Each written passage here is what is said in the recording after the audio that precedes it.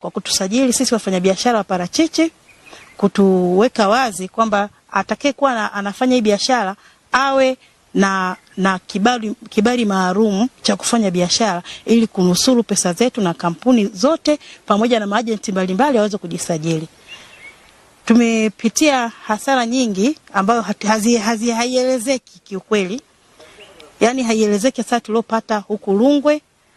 Mtu anatoka tu huko anajua biashara parachichi inafanyika kirahisi, anaingia tu shambani, anafanya biashara olela. Wakulima pia wanatapeliwa hela zake, sio nyewe wanunuzi, watu wanakimbia na pesa zake na pesa zetu pia.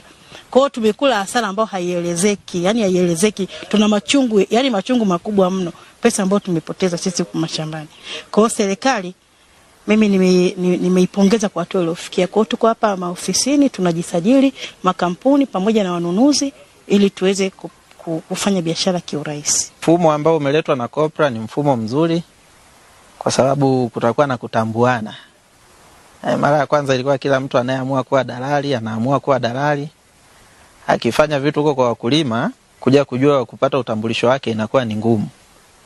Kwa hiyo inaondoa vitu vingi sana. Kwa sababu watu wanakuwa wanatambuliwa na wanakuwa wanajulikana wanafanya kazi na makampuni gani. Lakini kitu kingine itapunguza kununua mizigo ambayo imeibwa kwa sababu umetokea wizi mwingi sana mashambani. Sasa ili ununue mzigo lazima tujue wewe ni dalali wa wapi. Kwa hiyo itakuwa inawezesha kuzuia wizi na kufanya utambuzi mzuri wa kujua hii mizigo inatoka wapi, lakini pia itasaidia kuwafikishia wakulima bei ya haki, kwa sababu unakuja ukuta kwamba dalali anapata hela kwenye kampuni, anapata kwa mkulima. Kwa hiyo utakuta hawa ambao wenyewe wameshika riski kubwa kuliko wengine, wao hawapati hela nyingi kama dalali anapopata.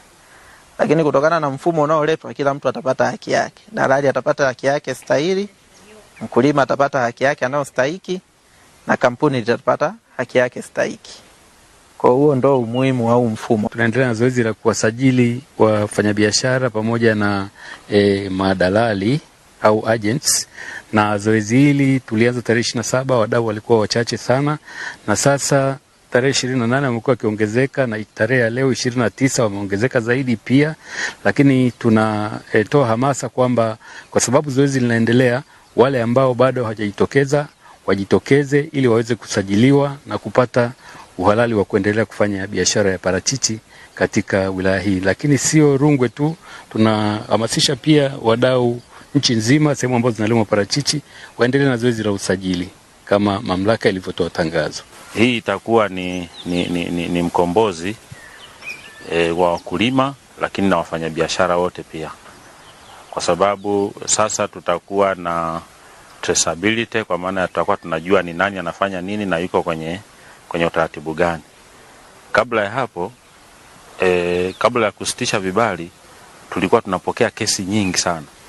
Kesi za wizi mashambani, lakini tulikuwa tunapokea kesi za watu kudhulumiana. Yaani mfanyabiashara kwa mfanyabiashara, agent kwa mnunuzi mkubwa kwa maana ya kampuni, lakini tulikuwa tunapokea pia dhuluma ambayo ilikuwa inatokea mkulima kudhulumiwa.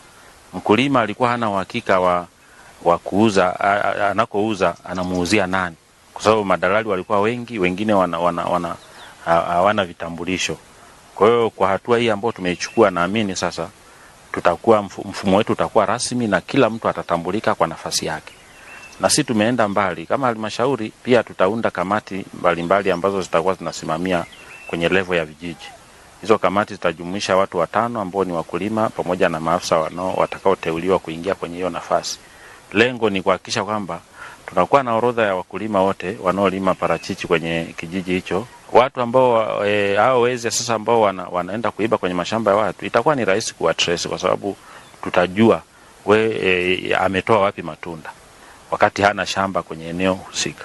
Kwa hiyo huo ndo mfumo ambao tutaenda nao. Nadhani ni mfumo mzuri sana ambao kimsingi tukisimama vizuri na tukasimamia wote kwa ujumla, tutafikia malengo ya serikali, lakini na wakulima wetu watapata bei ambazo ni nzuri.